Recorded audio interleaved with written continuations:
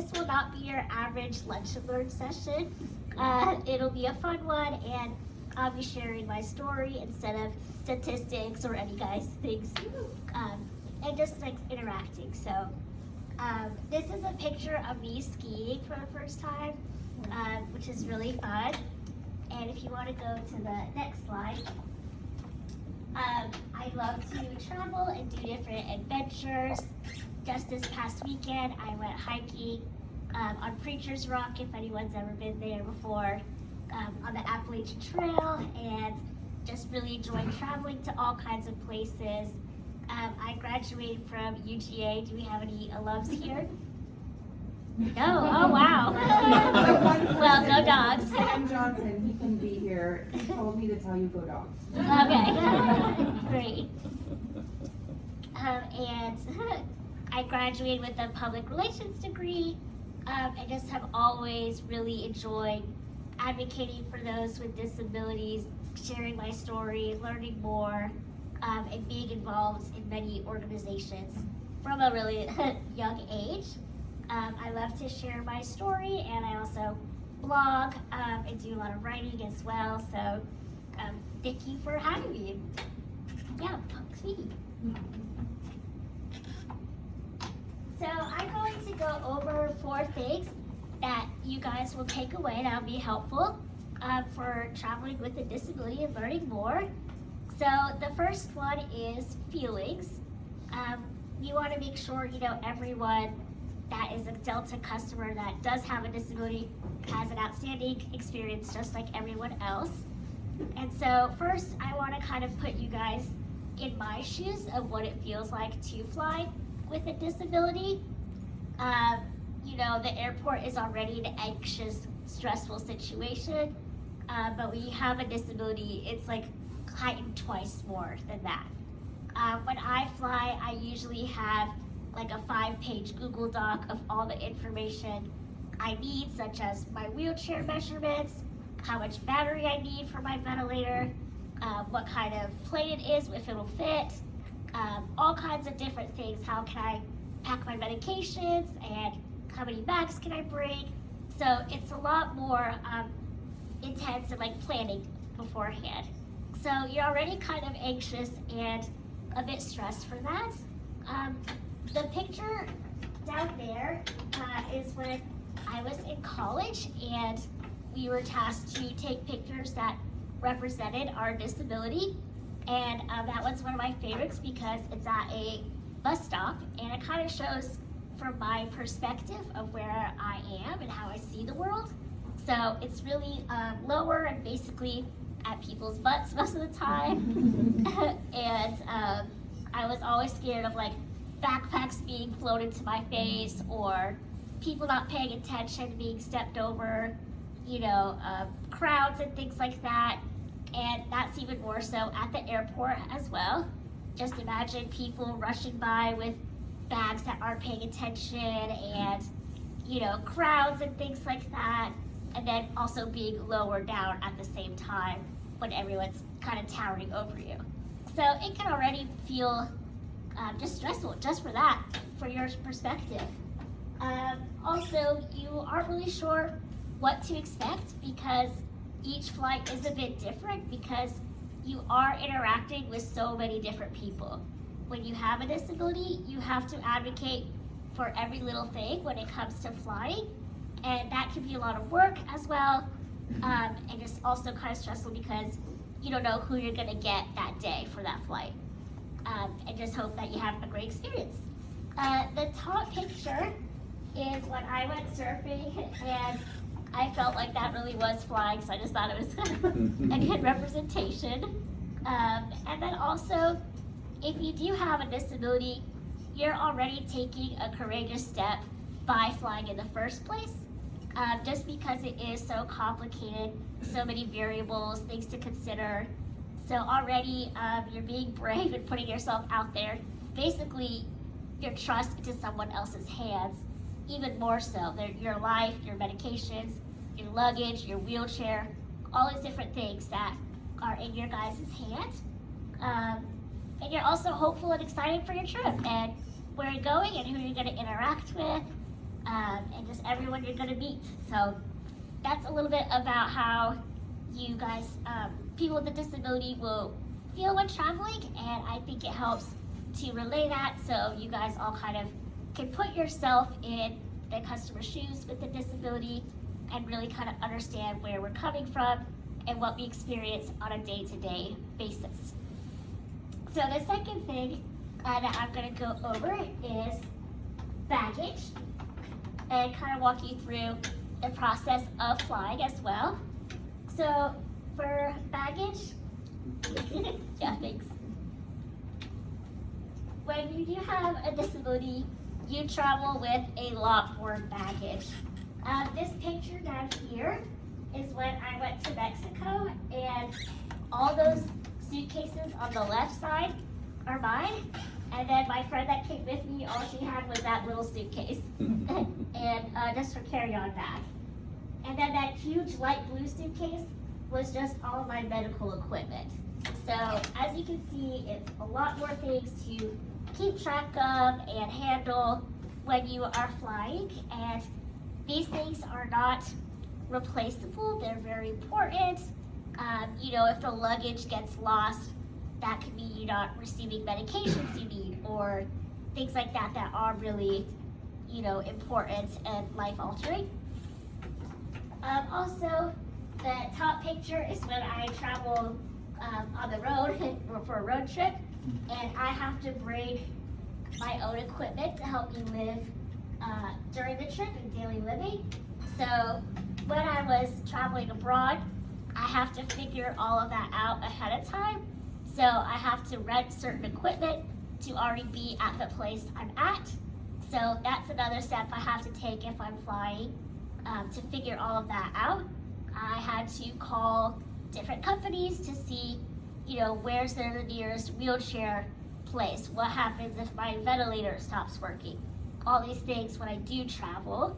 I even have to look up like the fire department number and emergency number just in case of anything, and it's a lot more planning to go into it. These things that you travel with too, if you have a disability, they are really specific, and you can't just really buy them off of, you know, the store or anything or down the street. These are things that are really specific that are also rare. And why I also travel with so many things is because I usually bring 3 items or 3 copies of my items, just in case of anything breaking or anything, and they don't make this stuff very durable for some reason. So I try to always, you know, tell everyone who's handling my luggage to do so with care. And also, it's really great that Delta has one that's free for all your medical equipment, and that most people all know that. Another thing with baggage is it's just a lot to keep track of. So when I flew one time, there was a flight attendant who I got to the plane, and she already offered to help put my overhead bag in the overhead bin where my seat was and figure all of that out. And that was just an immense help. It was just such a great experience because of that. And that's because I'm already having to do so many things in that moment that taking off that one extra worry makes a huge difference. I'm having to transfer from my wheelchair into the aisle chair and take apart my wheelchair, which already adds another bag to that, let alone the things I need that to fly with and make it more comfortable and fun, basically. So Delta does a really good job of helping with that, and I really appreciated that flight attendant for just taking the initiative of seeing that need and helping me out that time. Next week. And then the third one is physical assistance. So this picture down here is when I did go surfing. I need total assistance with transferring, and there's 5 people involved in that process, in that picture. So it takes a lot of hands and teamwork. I am literally putting my whole life into people's hands for trust and being in a very vulnerable position. There's not really much I'm able to do in that situation. So when I did fly one time, I had two guys that helped transfer me from the seat to the aisle chair, and it went a little bit rough, and so there was also a flight attendant there, and they asked him if he could help out, and he just jumped right in and made it so much smoother, and that whole process just really easy. So that was really great to me that he just like jumped in there. Obviously all flight attendants are not going to do that, or required or anything. So just making sure that you can help in any way, maybe staying out of the way or getting the person's luggage or different things like that back from the plane. I also feel like sometimes it's a very inhuman experience being transferred. So that picture, you can't really see my face in it, and I think it does a good job of representing what that sort of feels like. At times, you do feel like just a sack of potatoes or just being transferred. You do sometimes feel like a burden and different things like that because you need assistance with all that process. It really kind of bothers me when I see people already lining up at the plane, ready to board, and I'm transferring in that moment. It's a very, vulnerable thing that I just don't want everyone to be on display for people to stare at. So that's just one thing about transferring as well. And the important thing is that everyone communicates. It is like a process, and making sure that with the person you are communicating where their seat is. Okay, I'm going to grab onto here or touch you there, so that the person is always aware of what is going on, which is really, really important. And just making sure that person with the disability has dignity. And this is where flight attendants can also come in and just help, crowd control and people with that, just to make that experience a bit more caring and kind in that process, and just showing respect to that person and just being there for them, and even just reassuring them, like, we got you, we're okay. One time to transfer as well, there were two people that were going to help me again get off the plane, and I kept saying, like, I think we need more people, and they kept reassuring me, no, we're strong, we got it, it's okay. And the transfer did go a little rough, and that's just because of the awkward angles of navigating the plane and the seat. So it's not always about physical strength, it's also just the bodies to help make sure everything is good for every piece of you, basically. So just listening to that person, making sure their needs are met, and waiting until that happens, and not trying to go ahead and continue with the process, is also really important. And just to listen to that person as well, how they want to be transferred, what they would prefer. And then one time I was also in Mexico, and it's really kind of overwhelming when people are speaking another language over you and kind of talking about how they're going to transfer you and different things like that, and you have no idea what's going on. And they were about to lift me, and I was not ready. I didn't know where my chair was and things like that. So I was like, hey, hold up, let's not do that yet, because they were just ready to go. And also just shouting in different languages, and you don't know what's going on. It's just very anxiety inducing, and that's a lot of traveling, is the outside world. And so after that, I asked to wait, and a Delta representative came onto the plane that was bilingual, and she talked with me and made sure all of my needs were met and concerns and things, and translated to the other people that were helping with all my other needs on the plane. And that just made a huge, huge difference. It made everything go faster and smoother. It really showed that Delta cared about me and wasn't just like, we're just gonna take you off the plane, however you go, basically. It made sure that I got my wheelchair and everything was good to go. So If there's someone that can always be there for that instance, that would be really helpful instead of having to wait and be in that really stressful moment of just people talking about you in a different language. So the last thing is also time. So I'm sure you guys are all aware, and there is a quick turnaround with things on a plane, and we want you to do your job well and also comply with time and make sure everyone else is doing their job. But when you have a disability, things do take twice as long for you. So it takes me about 2 hours to get up in the morning, which is a lot. And imagine being told that you only have 20 seconds to go to the bathroom. It's obviously not going to happen. It's impossible. And that's what it feels like a lot of times, to be constrained by time that is not meant for people with disabilities. And with that, just making sure you don't feel rushed. I do really feel when people are trying to get me off the plane as quickly as possible.